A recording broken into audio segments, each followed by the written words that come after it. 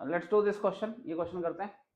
Question बोलता है P Q R triangle है, P Q R, P S is the bisector of angle P, यानी ये वाला एंगल जो है वो इसके बराबर है।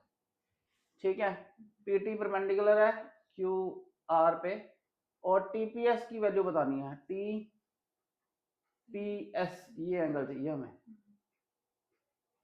दिस एंगल इज रिक्वायर्ड, और ये एंगल देना है in terms of Q Q R, R Q R, यानी क्यू और आर में ये एंगल देना है। तो वैल्यू हमें क्यू आर में देनी है, सारे एंगल को क्यू आर में कन्वर्ट करना पड़ेगा।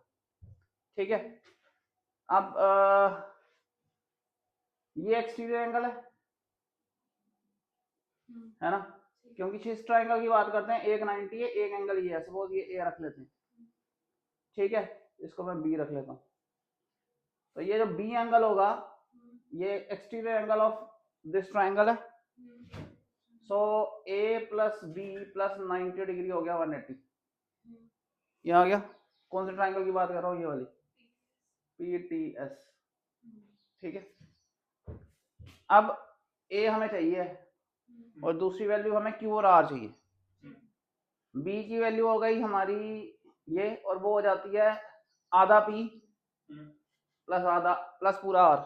ठीक है ना, तो हम ए को लिख सकते हैं प्लस, ये हमें निकालना है, बी की वैल्यू हमने लिख ली half of pi, right, plus angle R equal to 90 हो गया। इस 90 को इधर भेज दिया मैंने, दिख रहा है आपको?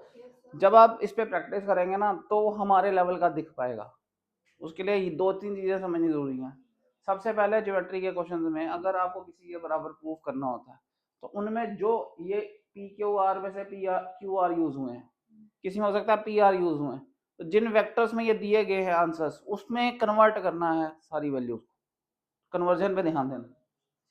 तो ये हो गया angle half P plus R, P भी हमें नहीं चाहिए। ठीक है, पी की जगह भी हमें क्या चाहिए, क्यू और आर। तो हम ए प्लस हाफ को, पी को लिख लेते हैं 180 degree minus Q minus R, क्योंकि हमें ना पी भी नहीं चाहिए, हमें सारी वैल्यूज क्यू और आर में चाहिए। प्लस एंगल आर आ गया 90 डिग्री। अब सारा क्यू आर में आ चुका है, ए हमें चाहिए। अब इसको सिंप्लीफाई करेंगे तो आंसर आ जाएगा ए प्लस हाफ ऑफ 180 हो गया 90, सीधे लिख लेते हैं 90 minus half of angle Q minus half of angle R plus angle R equal to 90। ये 90 और ये 90 भी गया। ये अगर वहां जाएगा तो एंगल ए हो जाएगा, आर का आधा आर निकल गया, आधा आर निकल गया, तो ये पूरा चला जाएगा तो हो जाएगा हाफ ऑफ एंगल क्यू। ठीक है, और ये आधा आर माइनस में है, पूरा आर प्लस में, मैं स्टेप खा रहा हूँ इसलिए समझा रहा हूँ।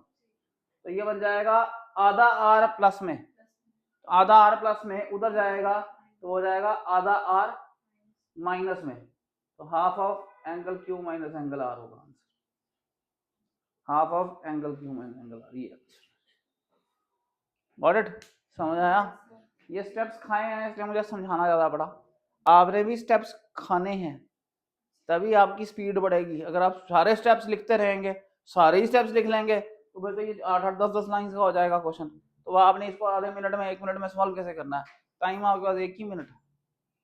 ठीक है, थैंक यू।